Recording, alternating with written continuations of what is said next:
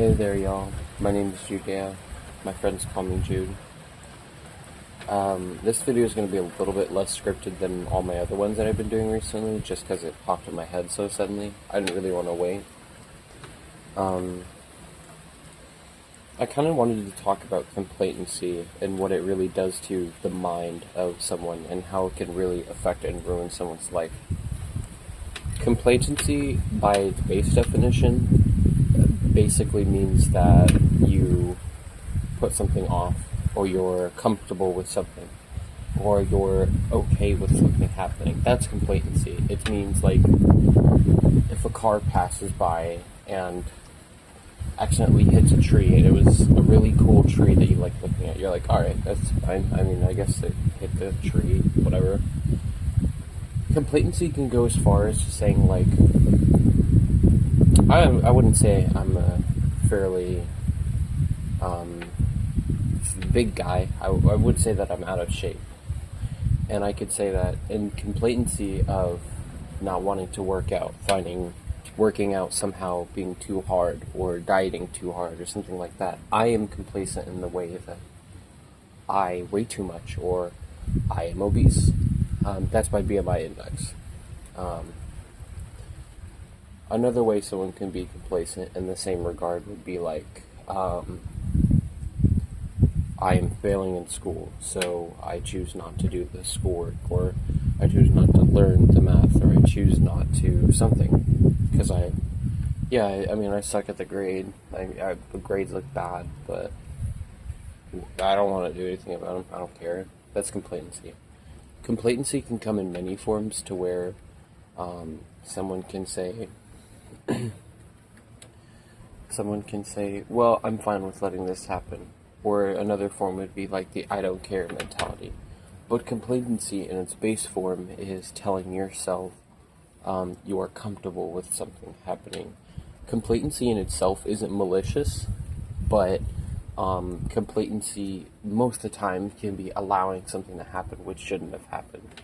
And the reason I find the complacency mindset to be so destructive and harmful, at least for yourself or your growth potential, is a lot of people will write off goals, or write something that they want to do, or be in a situation that you just don't know what to do in, and instead of trying to challenge themselves or trying to push themselves beyond what they're comfortable with, they freeze up, or they let go, or they give up and they don't want to help, which can really be draining on you, especially in the future. If the more complacent you become, the more complacent you become.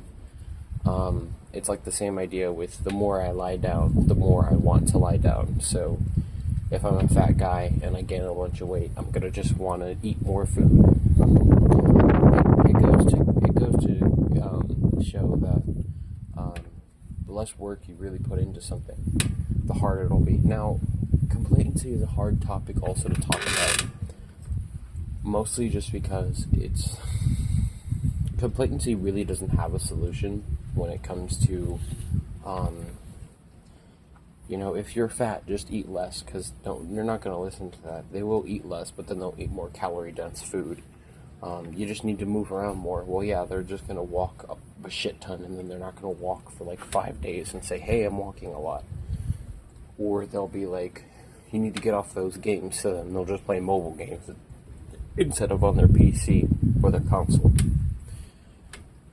So it's not exactly a solution to say, hey, don't do that, or hey, be better, or hey, push more goals on yourself, because it's never going to work.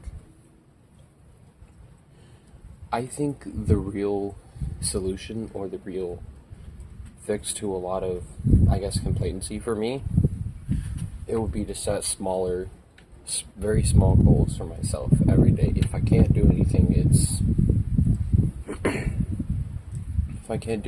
it's like, I got up today. That's good enough. I at the very least, I didn't lay in bed for like 6 hours more than I should have and do nothing. The next goal I would set for myself is wash my hands, brush my teeth. I don't eat breakfast in the morning. I don't want to get into that. I just don't.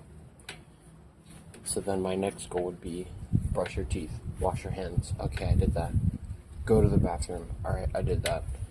And then I have, eventually when I get hungry, it's eat. But make sure I watch what I eat. Don't eat because I feel sad. Just eat what I need to.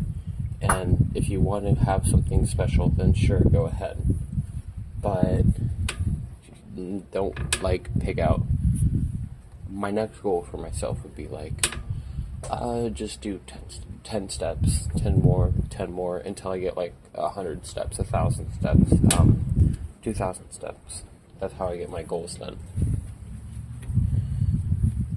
I guess, to wrap up the lesson, and what I mean to say is,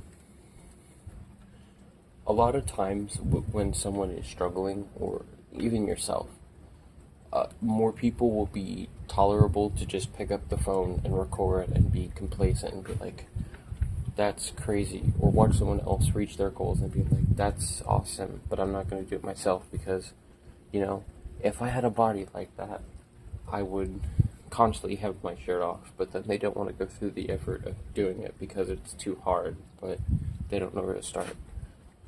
Don't take big leaps and goals at a time and be like, hey, I'm going to buy a gym membership and I'm going to spend $300 on this, $300 on that, and then, never actually end up using any of the equipment and being in debt.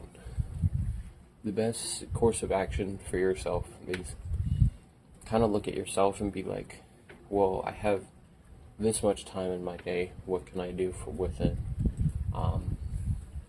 And being like, well, I'm a fat guy, so let me just take 10 steps today. I play too many video games, so instead of playing 4 hours of games today, why don't I play 3 hours? Even 3 hours and a half is perfectly fine. You cut down on your time for that day. And don't immediately turn around and be like, well, I took 10 steps today, so I don't need to take 10 steps tomorrow. If really all you have in you is 10 steps, don't push yourself beyond 10 steps. Take 10 steps today, take 11 steps tomorrow, and eventually you'll build up to 100 steps. Don't overextend yourself or overpush yourself. I'm not saying don't take challenge, but a lot of your struggle will be in your challenge and against yourself. No, when it comes down to it, at the end of the day, for most people, nobody truly cares about you. I know that's crazy to say, oh my god, my parents love me, whatever. They won't know. They don't know how you feel inside. They don't know what you're going through, and it's okay to talk about it. I would suggest you talk about it. But they're not going to know why, what makes you drive, what makes you go on, what is important to you. The only thing you can do is be like, hey, I feel sad today, so why don't I get up? That's kind of my lesson for today. So, hope you have a good one. Hope you listened. Hope you had something to learn from it. Sorry, it was unscripted and a little bit millennial-ish with the big pauses and whatever. But this is Jude. That's my door you're looking at. And have a good one.